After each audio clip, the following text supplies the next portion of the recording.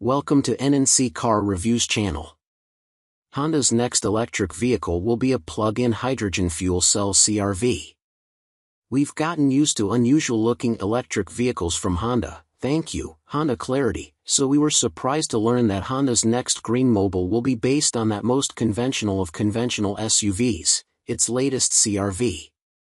Oh, but if you're thinking that means there will be nothing unusual, you are wrong, ladies and gentlemen. Meet Honda's plug-in fuel cell CR-V, due for introduction in 2024. By the way, that's a regular version of the new CR-V in the photos, but we don't expect the fuel cell version to look too much different. For those unfamiliar, a fuel cell electric vehicle, FCEV, works by running hydrogen from onboard storage tanks and oxygen from the air through a device called a fuel cell stack. The hydrogen and oxygen combine to form water, a process that produces electricity, which is used to power an onboard electric motor that moves the car. The water dribbles out of the FCEV's tailpipe. The stack replaces the battery in a regular, plug-in EV, so, instead of charging the car, you fill it up with hydrogen, sort of like how you put gas in your regular car. Other recent FCEVs include Toyota's Mirai sedan, the Hyundai Nexo SUV, and Honda's now discontinued Clarity fuel cell, above, red. Haven't heard of them? That's because they mostly were limited to Southern California, the only part of the country with even a nascent hydrogen refueling infrastructure. We have quite a bit of experience with FCEVs, having just spent a year with a 2021 Toyota Mirai. Our biggest complaint was, shocker, that minuscule refueling infrastructure, which wasn't helped by stations that were broken or out of fuel. We saw improvements during our year with the car, but still regarded the fueling technology as not quite ready for prime time. And, again, you can't really leave California. Honda has found a way to address most of that, and that's where the unusual plug-in part comes in. Existing FCEVs have a small battery that works as a buffer, absorbing excess power produced by the stack and providing extra power for acceleration, much like the battery in a non-plug-in hybrid, but, again, it's juiced solely by the onboard fuel cell stack.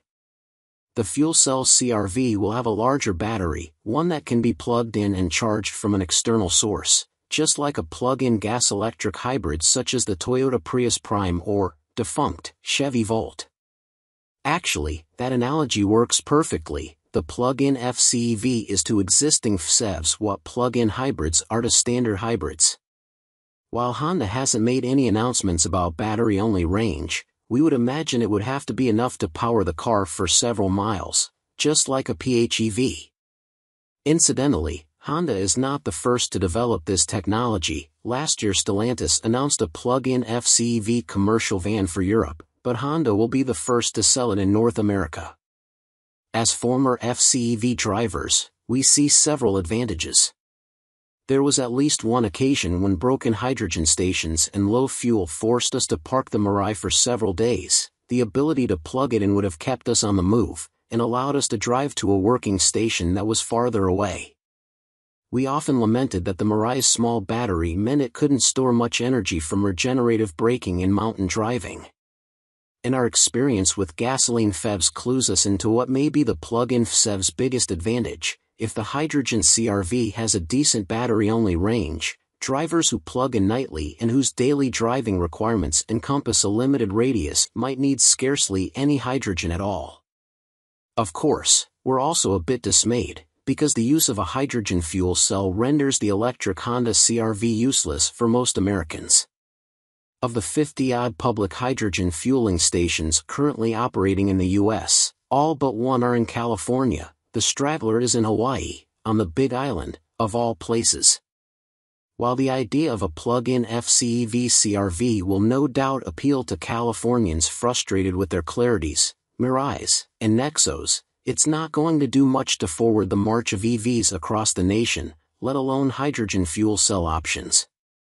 We asked Honda's executives if they had any plans to help expand the national hydrogen fueling network, and got a non-answer in return.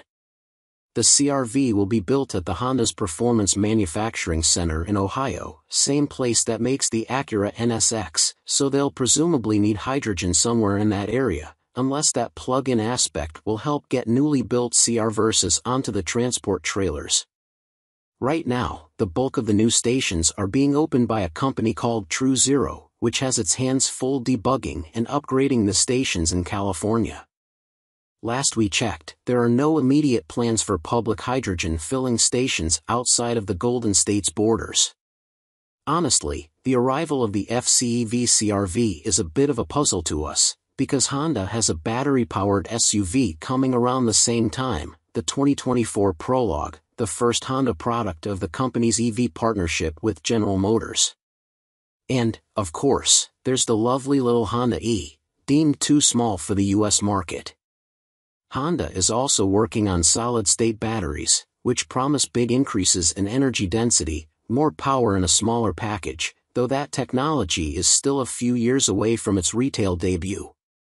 Our best guess is that the FCEV CR-V is more of a test bed to give Honda more real-world data in its long-term quest to foist hydrogen to the fore.